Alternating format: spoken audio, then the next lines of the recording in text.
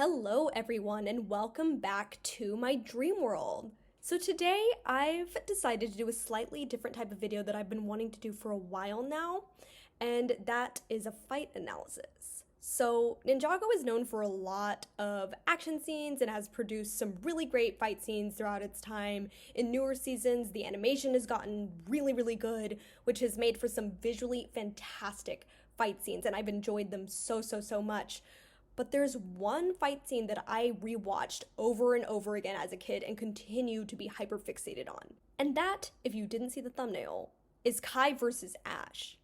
A lot of people have praised this fight, but considering the epic final battles that we've gotten throughout the show and some of the insane showdowns we've seen, you might wonder why this fight?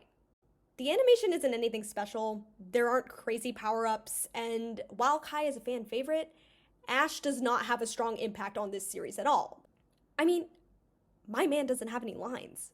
This is the only scene that actually focuses on him at all throughout the one season that he's in, so there's no strong showdown or character influence about this fight either. So what is it about this fight that made it so engaging for me? Why did I watch it on repeat every single day when this season first came out? And why am I still weirdly hyperfixated on this 1v1 fight when we have a whole arsenal of action scenes to enjoy from this show? I've seen this fight probably over 100 times at this point. I know, don't judge me. And yet, there are still these tiny little details I'm catching each time I see it. This is a relatively short fight, so I figured we could just break it down step by step because there's a lot of cool things going on in here. For this fight, they are on a bridge very high up over a huge lava pit. By far the most interesting setting we've had for one of the 1v1 fights in Chen's tournament, at least at this point in that season. As expected, Kai immediately rushes for the blade. Logically, you'd probably expect Ash to do the same. I mean, everybody else did, so why wouldn't he? But he doesn't. He flips over and then slams down on top of the bridge, and this sends Kai stumbling and dangling over the lava pit. Not a great start for the Ninja of Fire, but of course, this doesn't stop him. He's Kai, he's no quitter, and he's been in worse situations than this. In fact, he goes for a sneak attack from down below. Very smart move that could have caught pretty much any other fighter off guard. But his hit doesn't land because Ash uses his smoke form, which, by the way, I've realized now isn't quite teleportation like a lot of people, including myself, originally thought. I think he's literally turning his body into a puff of smoke, pretty much making any power attack useless. Because it'll just go through you, quite literally, and traveling short distances before reappearing in his normal human form. This quickly solidifies that his element is based on manipulation, not raw power. Pretty much the exact opposite of Kai's in terms of nature, if you really think about it.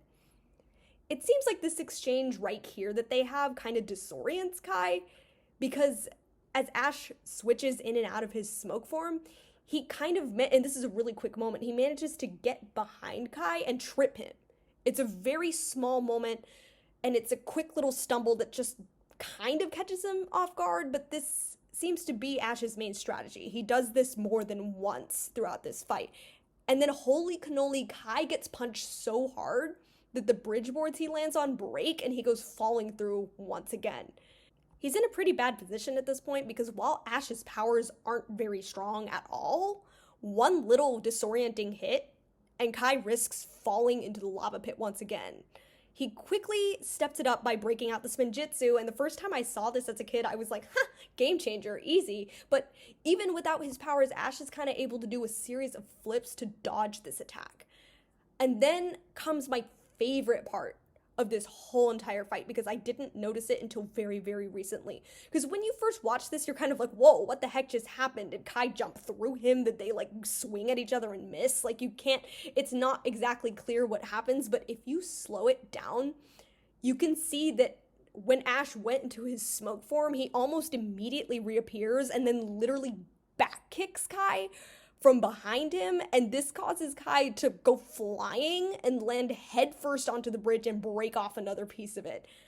At this point, I have to give major props to Kai's durability because dude has shaken off getting like just smashed through several boards of the bridge at this point. So man's got heart. But at this point, Kai is like, shoot, I have to step it up because I'm gonna lose this fight if I don't. Of course, his powers aren't really helping him here when it comes to actually landing hits on Ash, who somehow does this weird like skip step thing and leaps behind Kai. And I don't know, this is one weird part of the fight that because I have no idea what Ash was trying to do here, like get him in a chokehold or something. This was the only part of it where I was like, whoa, what the heck's going on? But in a split-second decision, Kai decides to burn through the bridge. Like at first thought, as a kid especially, I was like, what the heck? Why did he do that? They're about to fall into the lava now. But this was actually very smart because now he's kind of forced Ash into actually fighting him hand to hand, and that's a place where Kai really shines.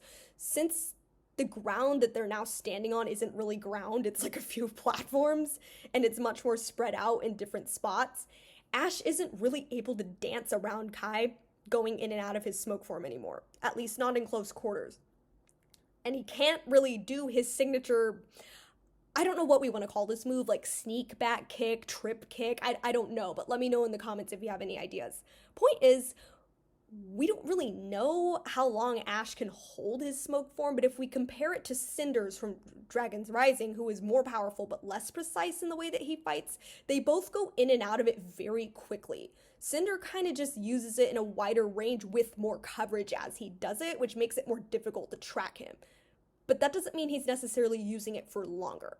So I'm going to assume that they either can't hold it as long as I originally thought and have to periodically reappear, or that this is a specific strategy that they've kind of learned how to use with this elemental power.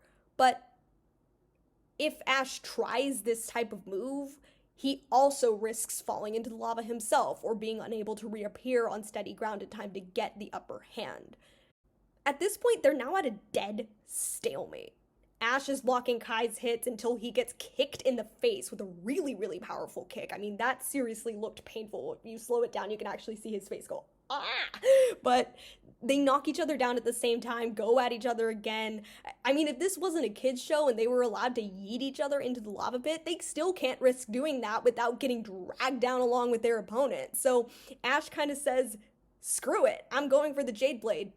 And then Kai pulls the absolute most genius BIQ move he possibly could have in this moment. He throws a fireball. 2 fireballs, actually. Simple enough.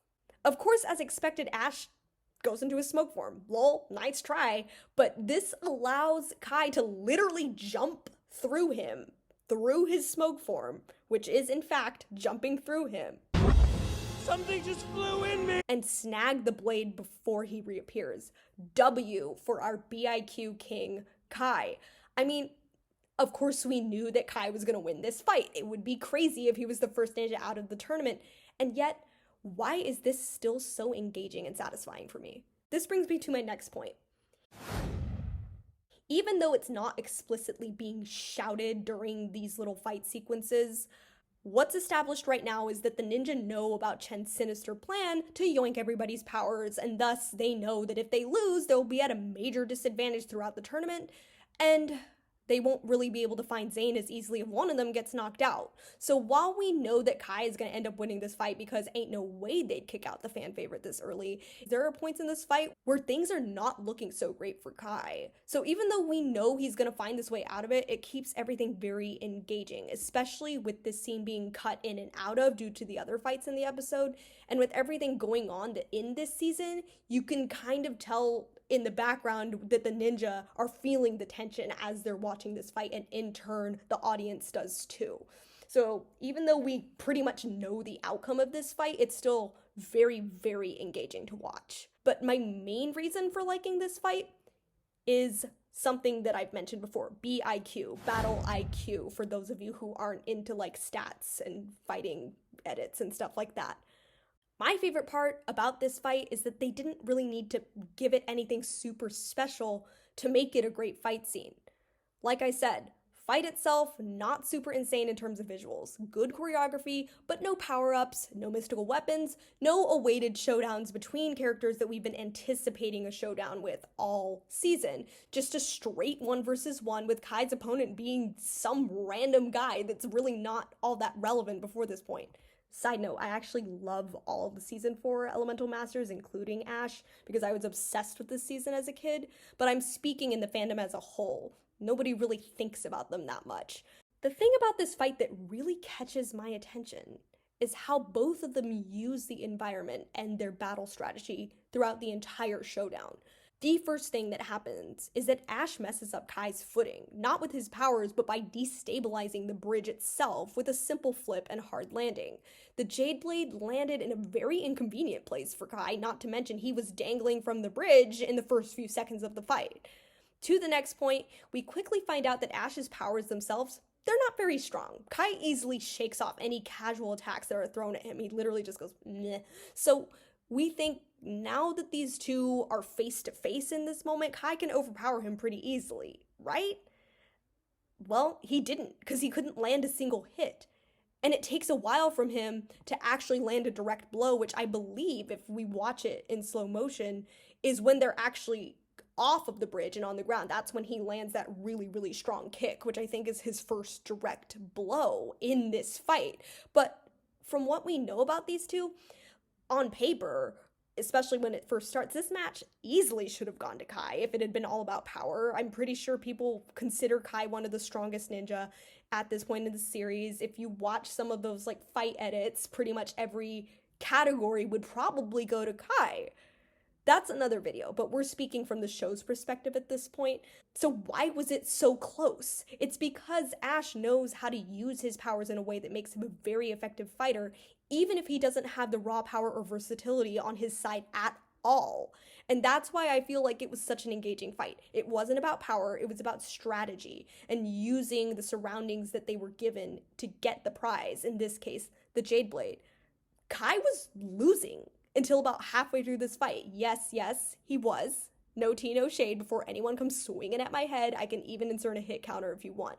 But he managed to use this environmental awareness that he has and that he's learned throughout the first few seasons of Ninjago, and he flipped the tables. He baited his opponent into making one critical mistake, which sometimes, proven by this fight, is all that it takes to get your W. This fight isn't really referenced again until the beginning of our most recent season, Dragon's Rising Season 2. And Kai really said, been there, done that, KO, get wrecked, the work.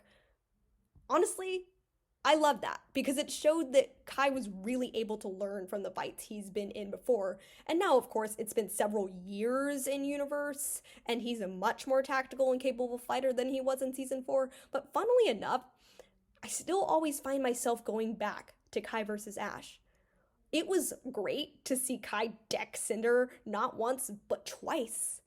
But he really had to work for his W against Ash. And in my opinion, that makes it more satisfying to watch when he wins. A fight that's intense, challenges our protagonists, and actually pushes them to leap into the next level in their combat potential is what really keeps me engaged. And that's exactly what this fight did for Kai. And all that being said, Kai stands. Do not come at me for some of the stuff that I say in this video. I love this fight because I think it really showcased Kai's ability to learn not just from previous fights, but during fights as well, slating him as an extremely tactical fighter. And Kai is one of my favorites, so I would never make a video trashing my boy here. So to end this off, my question to you guys is, what's your favorite Ninjago fight? And are there any Ninjago fight scenes that you find yourself going back to that get you really hyped like this one does for me? And if so, I'd love to hear your opinions down in the comments. I'll be ending this video. I will put up a poll for what you all might want to see next because I do have a couple ideas of what I'd like to tackle on my channel. And if you have an opinion about that, it'd be super helpful if you fill that out. But with all that said, I will see you all next time. Bye!